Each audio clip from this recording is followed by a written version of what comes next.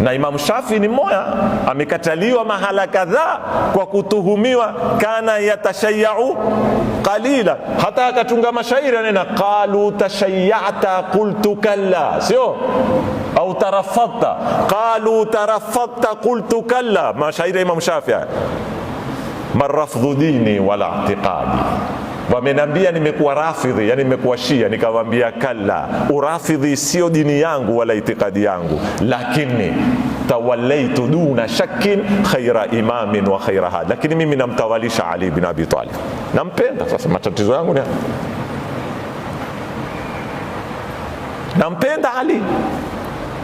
Falidhalika utamuona Imam Shafi ana mashairi hata ile tukitoa zamani kwenye zamuni yake ile alun nabii dhari'ati wa humu ilayhi wasilati arju bihim uta ghadan biyadil yamini sahifati. Maikumbuka hii kasida ya Imam Shafi?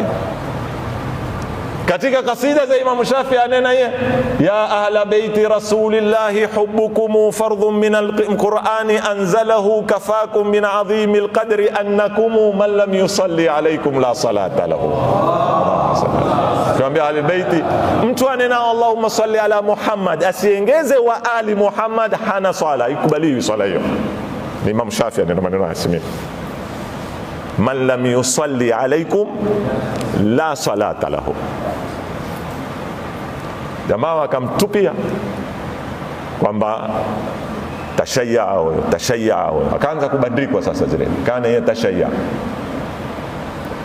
mpaka mwisho zikampanda, akashindwa kusubiri, akenena in kana hubbu Ali rafdhan, ikiwa sasa kumpenda Ali itakuwa ni ushia, faliyashhadi thaqalani annani rafidhi. Kwa hivyo kuandia yeo majini na binadamu wajue kuandia yeo mimi rafidhi. Sasa hizi zimetumika sana mpaka kukuza mtu kupata nafasi ya ukadhi katika serikali na kutopata nafasi ya ukadhi alikuwa kiangaliwa madhhabi yake. Huko nyuma si yeo mtu kitabu chake kupata thamani katika soko ya fikra huangaliwa background ya madhhabi yake.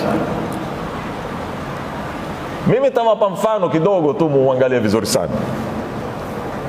Maimamu wa nne wa madhhabi tunaowafuata nani?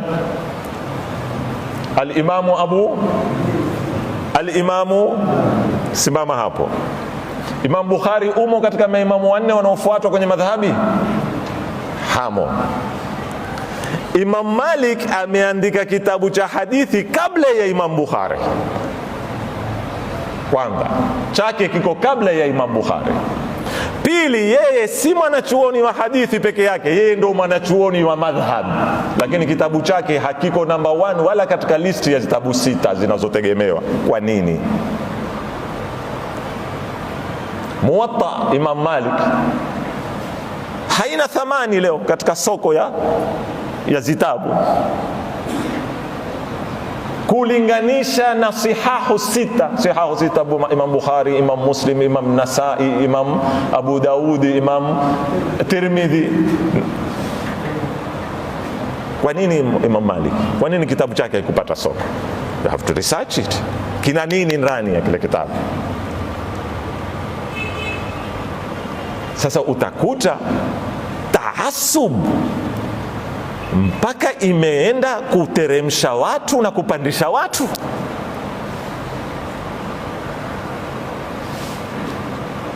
Imeenda kupoteza watu na kunini? Kupoteza watu kwa maana sikupoteza dhalal, yani kuwapoteza watu katika historia. Kuna watu katika historia hawatajiki na walikuwa ni ulama zigogo, kisha uweza kuona umekuja kuletewa majina bila ya nini. Ni watu hawakuwa na ilmu hivyo, kwa nini wakawa na umaarufu hivi? Taasub na kugawanya viwango za fikra, na ni katika ufisadi wa kifikra ambao umefanyika.